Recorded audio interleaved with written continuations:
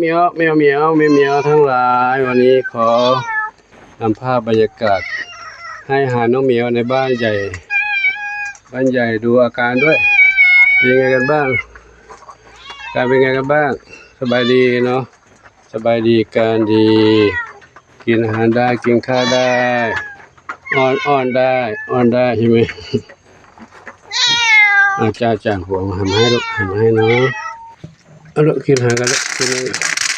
กินกันดีๆนะห้ามตบมือหลวงปู่นะเรียกกำลังวางอาหารให้เขาตบมือเลยป๊อบเขาคิดว่าเราไปแย่งอาหารเขากินมาที่อ้อนจังดูชั้นหนึ่งมาที่การให้อาหารก็เอามาต้องขออภัยท่านผู้ชมที่ชมแล้วถ้าเห็นแล้วไม่เหมาะสมตรงไหนก็ต้องขออภัยเนาะให้มองภาพรวมแล้วกันนะมองภาพรวมว่าหลวงปู่อยู่รูปเดียวการให้อาหารอาจจะไม่เรียบร้อยเท่าไหร่อาจจะเป็นภาพที่ไม่สวยงามเพราะอาเหมียวเขาอยู่จำนวนมากนะอาจจะมีอาหารหกเลอะเทอะบ้างเป็นอาหารเม็ดนะไม่อาจจะกระจุยกระจายได้ถ้าเหมียวเขากระโดดโลดเต้นไปก็ต้องขออภัยนะแต่ก็จะมีการเก็บกวาดทุกวันนะแต่ระหว่างที่ให้อาหารนี้อาจจะเลอะเทอะบ้างปกติก็ไม่ค่อยได้ถ่ายแล้วเนื่องจากเป็นเวลาที่ต้องชุลมุนวุ่นวายชุลมุนวุ่นวายนะเหมียวเนาะชุลมุนวุ่นวายเพราะเขาแย่งอาหารกันก็ไม่เชิงแย่งหรอกเขาก็เป็นสัญชาตญาณของเขานั่นแหละนะเพราะเขาหิวก็ต้องรีบมากินก็อาจจะมีการวิ่งชนกันบ้างอะไรบ้างทำให้อาหารหกกระจายไปบ้างเดี๋ยวหลังจากเขากินเสร็จแล้วก็มาเก็บเรียกว่าเก็บแล้วก็เก็บทำความสะอาดกระบะทรายเก็บทำสะอาดภาชนะใส่อาหารก็ทำในโอกาสต่อไปแต่ช่วงนี้ให้อาหารวางไว้ก่อนมากินแล้วลูกเด้อมาชั้นสองชั้นล่างมาชั้นหนึ่งกินเลยอีกชั้นหนึ่งอุ้ยไข่นาตุ้ยนุ้ยนะอุ้ยไข่หลวงปู่ก็มาให้ชั้นหนึ่งก็จะอยู่ชั้นสองตกหัวหลวงปู่เลย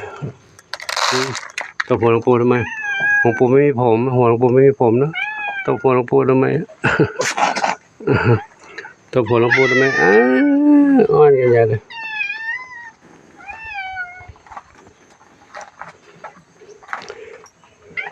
กลางคืนเขาก็เข้าห้องน้ำก็ดีนะดูเขาถ่ายหน่อยยังไม่ได้เก็บแต่ต้องหลังจากให้อาหารแล้วล้างถ้วยล้างภาชนะแล้วก็มาเก็บกระบะทรายไข่เต็มเลยเนี่ยต้องเก็บทุกวัน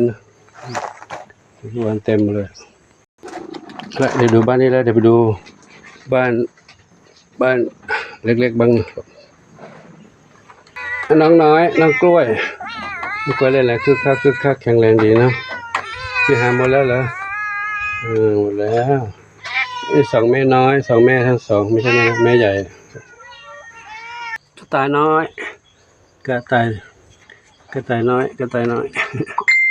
เป็นสาวแล้วสองสาวอยู่ด้วยกันตอนนี้สองสาวนะกินอาหารลูกมา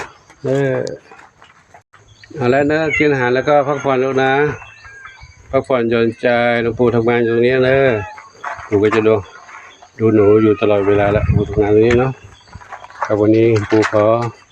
ยุติคลิปไว้เท่านี้กันนะขอโมทนาสาธุกับทุกท่านที่มีความรักความเมตตาต่อน้องเหมียวน้องเต่าน้องไก่น้องกระต่ายน้องหมาน้อยขอบูชาสลายจงในวันทุกท่านพบความสุขความเจริญมีความสุขกายสุขใจปรารถนาที่ใดขอได้ทุกความมุ่งมั่นปรารถนาทุกการทุกคนทุกท่านเถิดสาธุอายุวโนสุขังพระลังน้องจิ้มลิ้มเหรอ ชื่ออะไรไม่รู้จำไม่ได้เรียกครั้งหนึ่งเป็นอย่างหนึ่งเรียกครั้งหนึ่งเป็นอย่างหนึ่งก็หันมาดูนี้ก็เป็นที่น่าเศร้าใจน้องผลไม้ทั้งห้าจากไปหมดบ้านหลังนี้เลยเป็นบ้านว่างไปแล้วเดี๋ยวก็จะไว้เก็บทำความสะอาดไว้ ใช้ในโอกาสที่จำเป็นต่อไปเนาะครับก็ขออนุโมทนากับเจ้าภาพผู้จัดส่งคือโยมแม่หมอโยมยายหมอนะโยมยายหมอที่ส่งมาให้น้องเหมียวได้อยู่แต่ปรากฏว่าเขาหมดกรรมแล้วได้จากไปกันหมดเลยเนาะซึ่งเขาเคยอยู่แข็งแรงอยู่ๆมาปุ๊บปั๊บจากไปทันใดทันด่วนหมดเลยเนาะเดี๋ยวทีนี้จะเริ่มทำบ้านหลังนี้ใหม่ให้เขาได้อยู่กว้างๆไม่ต้องให้ออกแดดออกฝนไม่ต้องโดนฝนให้เขาได้อยู่ตรงนี้เนาะก็ขออธิบายกับ FC ที่แนะนำคอมเมนต์มาให้หลวงปู่ได้ทำตรงนี้นะจริงๆก็อยากจะทำให้สมบูรณ์ที่สุดเลยแหละแต่ว่าบางครั้งมันก็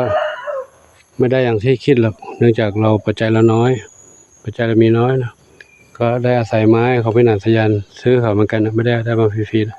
เพราะพิณาทยานก็ไปซื้อจากชาวสวนมาเหมือนกันซื้อไม้ซื้อกระเบื้องซื้ออิฐซื้อปูนซื้อทรายซื้อหินซื้อตะข่ายซื้อมุ้งทุกอย่างก็ซื้อทั้งหมดแต่อยากจะทำให้สมบูรณ์ที่สุดที่เหมือนที่กับ FT แนะนำมานะเทพื้นเททำตัวนั้นตัวนี้ปูกระเบื้องอย่างนี้นะแต่ว่าบางครั้งมันก็ทำไม่ได้เพราะปัจจัยเรามีน้อยเราก็ต้องใช้แบบประหยัดถ้าทำอย่างนั้นมันต้องใช้เงินมากเราไม่มีตังค์พอตอนนี้ก็เครดิตเข้ามาก็ไม่ใช่ว่าเขาจะให้แบบรวดเร็วทันใจนะเขาก็ไปจำหน่ายให้กับคนที่จ่ายเงินสดก่อนของเราก็จะล่าช้าไปเรื่อยๆเขาก็บอกว่าเดี๋ยวจ่ายตรงนู้นไปคนให้ตรงนู้นตัวนี้ก่อนคนที่เขาจ่ายเงินสดเขาก็บริการตรงนั้นก่อนเนาะคนที่เครดิตเขาก็มาช้ายังไม่มารอแล้วรอไปก็ยังไม่มาให้เดี๋ยวนี้ก็จะทำสร้างปูนซีเมนต์ไปก็ยังไม่มาเขาบอกว่าต้องเข้าใจเขาเนาะเขาต้องการเงินสดจ่ายเงินสดก็มาก่อนที่เป็นเครดิตก็ต้องรอก่อนก็เลยเนี่ยเราก็ต้องรอเขาเนาะเพราะเขาเป็นผู้ค้าเราเป็นผู้ซื้อแต่เราซื้อเงินแปะเงินติดก็ต้องรอตามนั้นแหละเนาะเพราะเราไม่มีเงินสดถ้าเงินสดจ่ายปุ๊บเขาก็ส่งให้ทันทีตามนี้แหละเนาะเป็นธุรกิจการค้าขายกับก็ขอโมทนาสาธุกับทุกท่านเนาะที่ได้ร่วมด้วยช่วยกันดูแลบ้านช่องห้องหอให้น้องเหมียวได้อยู่กันเนาะทุกครั้งเขาก็จะมาอาบแดดกันตรงนี้ที่วิธีนี้วิธีเดียวที่มีที่ให้เขาได้อาบแดดกันแต่นี้ก็ฝนตกเปียกใครนอนตรงนี้นอนนี่สองเหมียวดำเล็กห่างกวักอันนี้ใครไม่สบายหรือเปล่าลูกต้องมีสุข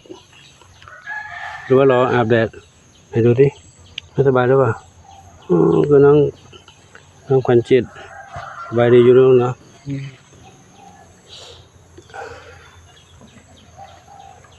ครับก็ขอยุติเท่านี้นะขอโมทนาสาธุอายุวันโนสุขังพระลัง